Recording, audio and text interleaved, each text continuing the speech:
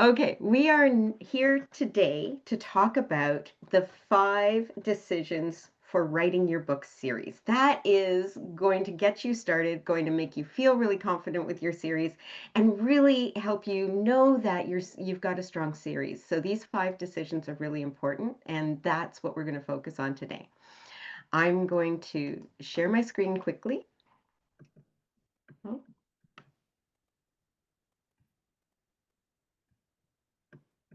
oh, wrong sharing. You don't want that.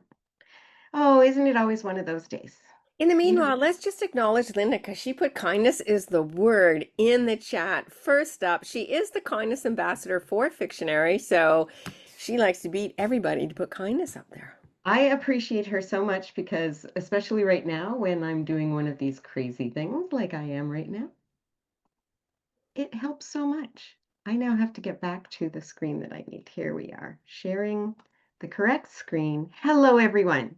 Okay, I'm going to start again. So, we're writing a book series, Your First 5 Decisions. I am I'm going to explain who I am, but the very, very first thing and the most important in our group, and Christina just mentioned it, Linda has got it in here already, and I'd love to see the word from as many people as possible. If you don't know what it is, and you can't see your chat for some reason, you'll know I'd like to share that our word is kindness. And why kindness? In our community, kindness is important because it's important for writing great stories. First of all, kindness is important because you being kind to your readers means that you're looking at the best structure, you're creating a story that you really want to share. You want to be kind to all others. We help each other in this community in a kind way. We give honest, very thoughtful feedback to people, answers to people, and all given in a way of kindness so that they're able to hear it, so that they're able to take that information and decide if it's right for them or not and go on with that. But the biggest person, and Linda and I talk about this a lot, is the person that you need to be kind to is also yourself. And that's because we're all growing, we're learning, we're becoming better at everything that we're doing as we're doing it together. And that's so important to all of us. So here we are. We have everyone here. Thank you for everyone who's off of on camera. I really appreciate everyone that's here that we can see. And those of you that aren't able to, for whatever reason, get onto your camera, know that we're just appreciative that you're here as well. Okay, so I've been talking a lot, and who am I? Well, I'm Lisa Taylor. Um, I'm a Fictionary certified story coach editor, and that's been one of the really fun things that I've gotten out of my editing experiences so far is becoming a Fictionary certified story coach editor because it's given me an opportunity to really have access to object, objective but kind advice to give people to make their writing even better. I'm a Fictionary certified instructor, and one of the classes that I love teaching, and I get to teach a lot, is the writing series class, which is what I'm going to talk about today. I'm also co-authoring Secrets to Writing a Mystery with the wonderful Christina Stanley, and it has been such a growth experience. And I want to put another shout out to Linda O'Donnell as well, who is currently doing our structural edit, and I'm really excited to see where the book goes next. Finally, I'm a senior editor at Burnstown Publishing House. It's a small publishing house in Ontario. Okay, I'm going to toss this over to Christina for a brief announcement, and then we're going to go right into the series. Okay, I'll just talk about this very quickly. We've got some new upcoming things that will be announced this afternoon, so you're getting like the first sneak peek at it. Thanks to Julia Gandrug, who in the community pushed for, she wanted an event where everybody writes a novel in the month of November, and we all know National Novel Writing Month no longer exists. And so there was a little push for that, and then there was a whole bunch of other people who pushed for that. And so this is what we're going to do. We're going to do outlining in October to get everybody set up for writing a novel in November. The next outlining class, Alexandria is here. Wave, she's teaching it. No pressure there. And so that everybody's ready. So starting November, you won't be starting at a blank page. And so you'll see an announcement this afternoon in the community with new spaces, easy to join. we're going to try something new and see if it works. So I hope everybody loves it. Okay, and so we'll have time for that at the end for anybody that wants to ask questions or anything. But now, because we're still recording, we want to get right into writing your series with Fictionary. For those of you that can see me, I'm holding up this wonderful book that we use as our basis, which is Secrets to Writing a Series. And we're going to talk about what is a series first. Well, a series is a group of novels connected by common characters, plot, or setting. Seems pretty straightforward, right? That's what a series is. These novels are all individual, they do stand on their own. The story within that novel is a full, complete story. But you may be connected by plot, which means that that story may lead to a further story and further story, or it may be linked by character or setting. And so we have these other standalone novels that are connected in this amazing way. Now, those are two very different connections. So let's just talk about what that does for the first 5 decisions that you're going to make. And again, this is actually, I've got this tabbed on in my book. This is page 11 in the book. And it's just the very quick, clear outline of these decisions. And I'm going to go through all of the decisions first now, and then we're going to talk in a little bit more depth about those first 5 decisions. So the very first decision, as you see in the center of that kind of heart shape, is this is where you're sitting. You're like, okay, I have a series idea. What am I going to do? And the first is to decide whether you're going to be doing a closed series or an open series. So what are the differences? Well, with a closed series, your whole series is held together by the plot. So you're going to have an overarching series story arc that goes through the whole number of books that you're going to do. And that begins at the first book and it ends in the last book of your series. You can have any number of books within that series, but usually one that we're really familiar with is 3, right? We're used to those trilogies. So they're held together by plot. Now, if you decide to head off on the other direction in this heart, you're going to be writing an open series. And in an open series, you can write as many books. It's an unlimited number of books. Now, you can limit it. You can choose that maybe your open series has a certain number of books within it, and it doesn't have to. It could have 1,000,000 books if you wanted and you had the time to write them. What holds your series together if you're choosing to do an open series is the character or the setting or both. And we can just imagine those books that we love, those series that we love, where we're following a particular beloved character through a whole bunch of different adventures. I was just in Prince Edward Island, and we all in Canada know about Anne of Green Gables. And that's just a lovely story that Lucy Maud Montgomery held together with Anne. And in the romance genre, you can think about Bridgerton, right? We have all the different siblings, but it's not really character there that's holding it together, is it? It's setting. It's that Regency setting that she's created and that town and that connection of that community. And it's within that community that everything grows and develops each of those different novels. Whichever way you decide to go, the next thing that you're going to be doing is writing some skeleton blurbs. If you're going down the closed series path, you're going to be writing the skeleton blurbs for each of your books and for your overarching series skeleton blurb, and then for each of the books within that. If you're going the open path, just start with the first few books and think about what are your skeleton book blurbs for those first few books, and then you'll be putting those together and looking at what kind of patterns you can see there. Then you're going to be outlining your series, your story arc scenes.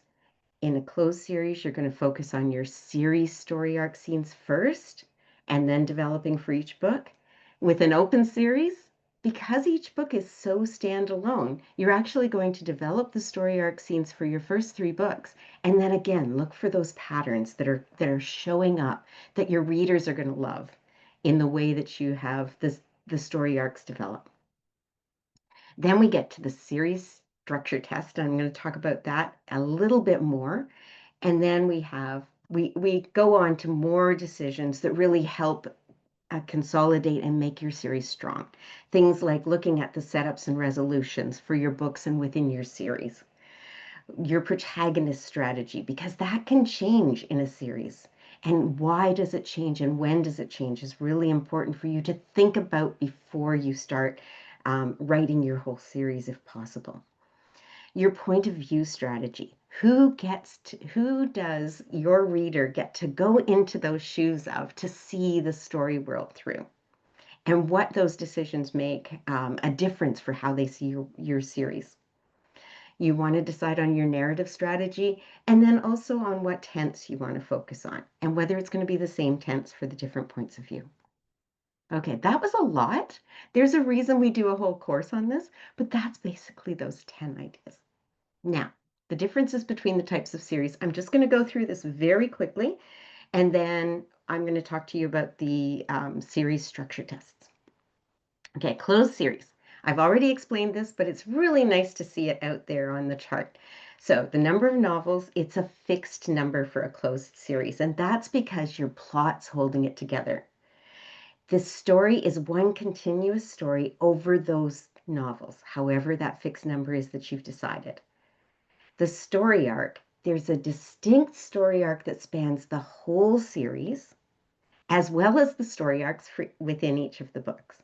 But that series story arc is the thing that holds your series together. It's what makes us love closed series.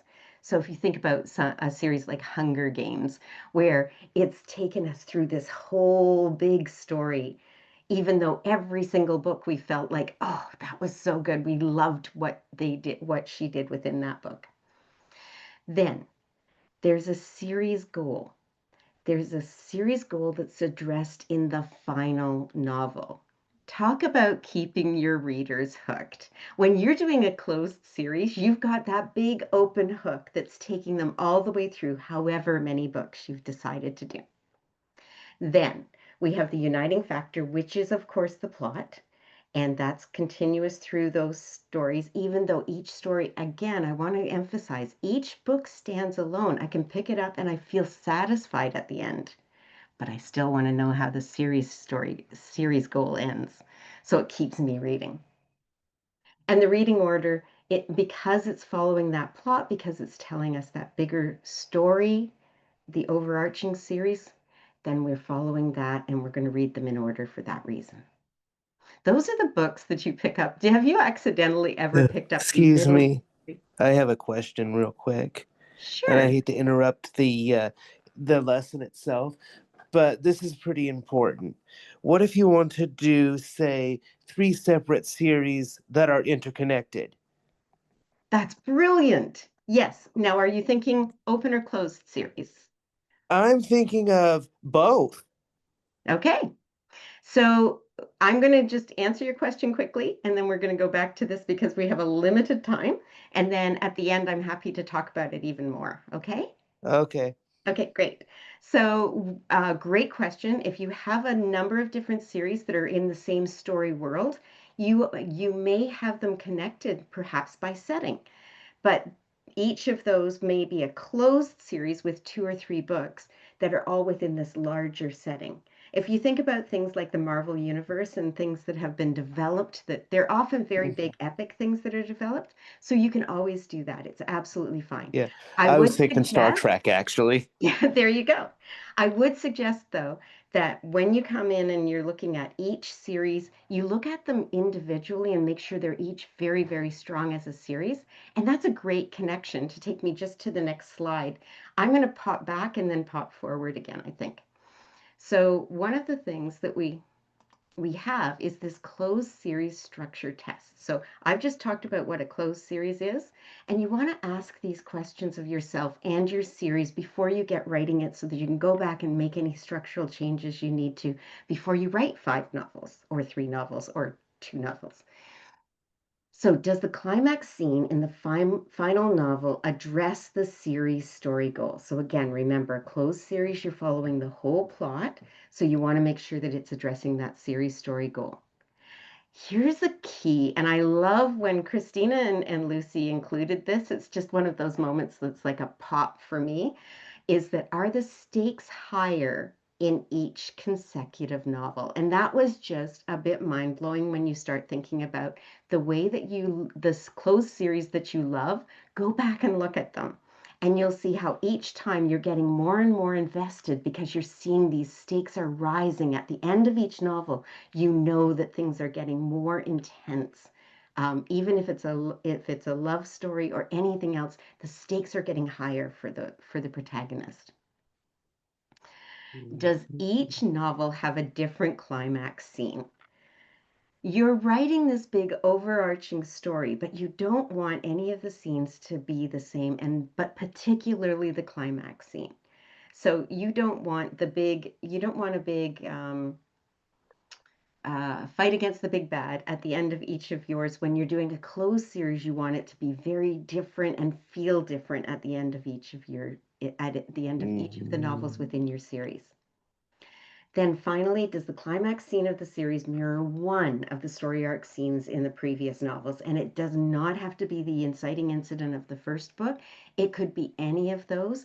But if it doesn't, go back and see where you can create those mirrors, because that's the moment that you're giving the reader this real beautiful sense of trust and of your understanding and just really appreciating your crafting without them actually understanding or knowing about that in particular. I'm just going to Yeah. run back and talk about the open series.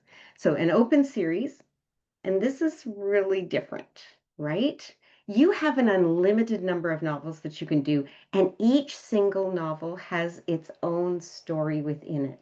So, there are multiple single stories with the uniting factor of either the character or the setting or both.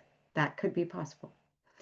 So the story arc, each of the stories has a generic story arc that can be applied to each novel. So you start to see those patterns, and it's those patterns that make your readers really feel comfortable and really know your writing, know your structure within it. Each novel within that open series, the story goal is addressed at the end of each of the novels. I'm going to say that again because this is a very different thing. So remember, with the closed, you're looking at the series story goal and the final novel. In an open series, you don't have that because you don't have the plot holding it together. Instead, each of your novels, the story goal for that novel is addressed at the end of that novel. You're not looking for that big overarching series goal. What unites each of the novels is either the character or the settings or both. And then it can be read in any order. And one of the ones that I love mentioning too is that you can have a really strong subplot, like the romance within the Stephanie Plum series.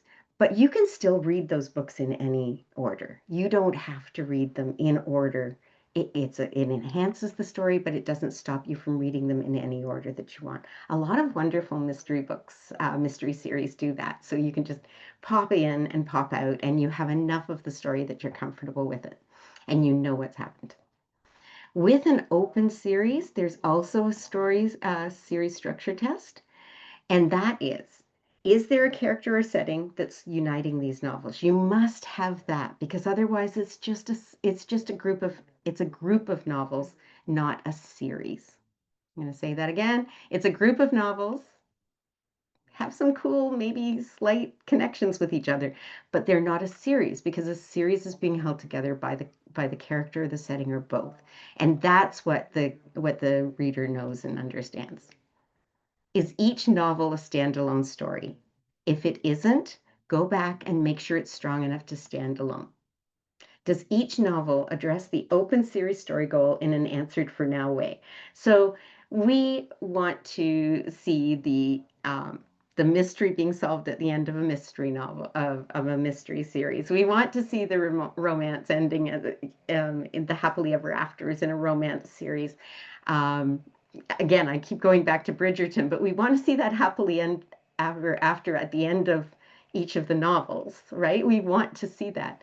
And we have questions about what's happening with everybody else. So it's still, we want to know more because of that setting holding us together.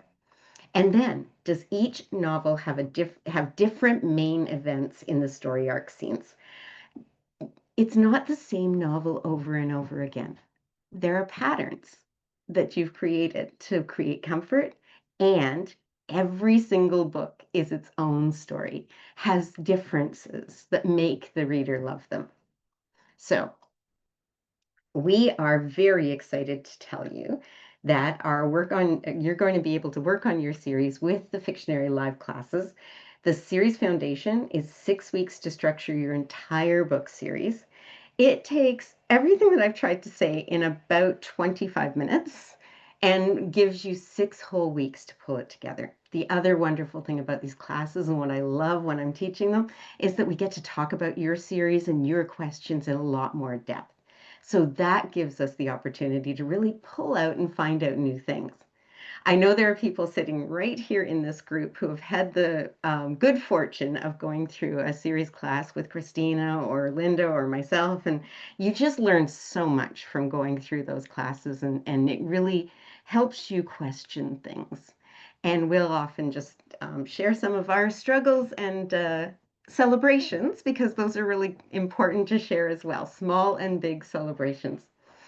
So what we do is we start by laying the groundwork for your open or closed series, getting a really good understanding of those two things, creating the foundational skeleton blurbs and going through those with you to make sure you're comfortable with them. And then making sure you've got the unity across your stories, focusing on the structural framework, and then adding depth to that story. Now, starts Tuesday at noon, Tuesday, September 30th at noon. And I'm so excited to tell you that Brandy Badgett is going to be teaching the class this time. So it's going to be really, really exciting. And there she is. Yes, I see Brandy there. So Brandy's teaching. I think we've got everything. Yes, you can do multiple series. You can do multiple series within a universe, absolutely. We see it a lot, as I said, with science fiction. And yeah, I think that's me. So I'd like to pass back because we Before you haven't. do that, let's go to just make sure there's no questions. Oh, yes, I haven't even been looking. Hi there, everybody. You're getting all carried away and excited about the series, but are there people who have questions? Feel free to come off mute or type in the chat. Good. I've got one more from the last one. Um, so with mine, here's a really interesting bit. Would it be best to write the series in chronological order, reverse order, or mixed? Ooh. And do you mean, are you writing a closed series? I'm writing an open series with it within the aspect of trilogies and like a five with 5 books, a set of 3 books, and then an open-ended overarch. Wow. Okay.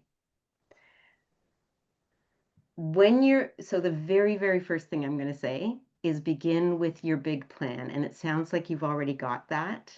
And make sure that each of your series, your sections, so whether it's the 3 book section, which is a closed series, so think about that as a closed series, your 5 book, which sounds like it might be a closed series as well, and then any others that you're adding and that fit in with your open series. So your open series, I feel like that's the one you're going to work on last probably, but keep in contact with it, because each of your closed series, remember, you need to have that overarching series goal that's going to be addressed in the final book of each of those.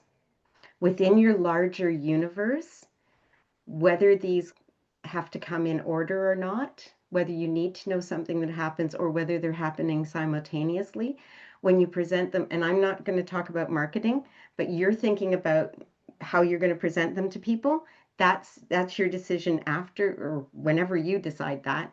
I'm not a marketing person, Mhm. but for writing it, you want to make sure that you've got the structure sitting there at least planned, so that you, when you get writing and when you get sharing things, you're not surprised by, you're not stuck or surprised by what you have to do. I'm going to give an example.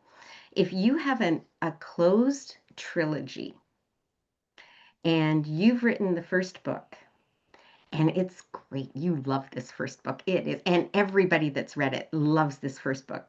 And you think, I can write a second book. But you haven't really thought, I want to write 3 books. You've written your first really cool book and you love it. But so does everybody else, and they want to hear more of the story. So you decide, okay, I'm going to take my one book that I've already written and that everybody's read, and I'm going to make it into a series. The problem is you haven't set things up in that first book to be answered in your third book. So now you have to go back and recreate. So go back and look at your inciting incident of your very first book that was the perfect inciting incident to get you to your conclusion of your climax of your first book. And look at how is it also the thing that will carry everyone across 3 books and take us to this big final climax. So if you've thought about it in advance, then you're not trying to go back and do that afterwards. Okay, so very quickly, here's what I got. The first 5 Okay, books that I'm going to I've have to already stop you because pre-wrote are we're recording this. I'm standalone. going to stop you. I have to stop you. I have to stop you. We're recording this and we're going to be sharing it with a lot of people. So I really don't want Okay, you to so talk this one about I'm your gonna book have in to this. go one-on-one. Yeah, this is one of those things I can't, Can I I have don't like want an to. email address so I can contact you with it? Christina, I'm going to pass over to you because I know we need to talk over and I know we Yep. have to stop the recording soon too. The best place is ask an editor in the community, and you can put it in there. It's on the left hand Okay. side. You'll see the space there. Okay, we got one more. We've got just 2 minutes here, so let's do one more question. Okay. From Deanne. Sorry, no, from Marilla. Can you elaborate more on the closed series point you made, where the climax scene in the series should mirror one of the story arc scenes in a previous novel? Yes, I love this question. Okay, so one of the things that we kind of visualize when we're thinking about this overarching series story arc is we've got the inciting incident in the first book is very close to the inciting incident for the series. It's often it can even be the same scene. So you've got that, and you've got this thought that just like we do in within a single novel where we have the inciting incident reflecting the climax and the climax reflecting this so they're mirroring each other, the inciting incident.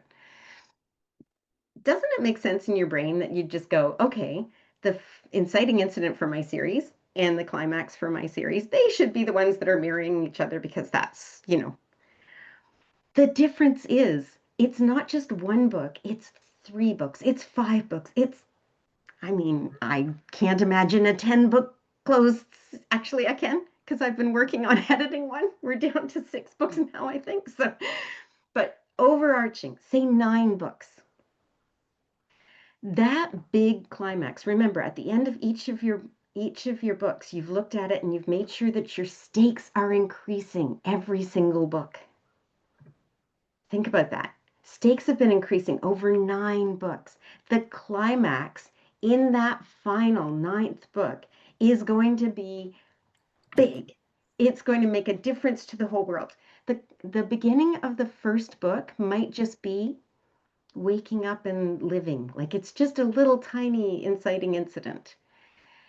And there may be a reflection in that final big bang. And maybe that final big bang, and I'm just going to pick a scene because I think this would look so cool. What if it's plot point 2 of book 1 that gets reflected? What if the reflection of the big final book climax is reflected instead in the story arc scene, plot point 2 in one of your earlier novels? Can you see how those reflections would be so strong? And plot point 2 is often a time when the reader feels most empathy for that character because they really feel like they may not get through. They're starting to see that first glimmering of what is going to make them strong enough to get to that final bit. And that would be a lovely mirror to pick. The great thing is, these are the structures that we're teaching, the frameworks that we're sharing, they're just frameworks to open up your creativity, not to close it down. So use that and see what the best spot is for you. I hope that's a clear answer. Thank you. Thank you. Okay, so we're good on that. I'm just going to switch topics quickly, talk about October Outliner, November Novelist. If you're not a member of Fictionary Premium, now's the time to join. It's $39 a month. You can join in the Premium Hub on the side of the community. The same day we're starting the Series Foundation course, we're also starting the October Outlining course. And here we're going to do something a little bit different. For this course only, I'm going to be there for half an hour after every class to talk about your work specifically to make sure that by the end of October you actually have an outline. So if you choose to join November Novelist and write a novel in November, you're ready to go and you're not starting at the blank page. So you're going to see in the community today, we're going to open up the spaces for November Novelist. We have a ton of volunteers. Some of them are here. Linda, Lisa, Elizabeth, Alexandria, who are hosting the write-in sprints. So we're going to have a write-in sprint every day through November to get people through this. We got asked to do this within our community, and so we're doing it. And yeah, we'll see how it goes. And if it's popular, then we'll do it again next year. And if it's not, then okay, it was fun for those of us who did it. So thank you everybody for being here today. Super appreciate it. Lisa, thank you for an excellent presentation. As always, I love hearing you talk about series. Talking about series. Yeah, series is the best. Thank you everyone again for being here, and we will see you all later. Bye, everyone.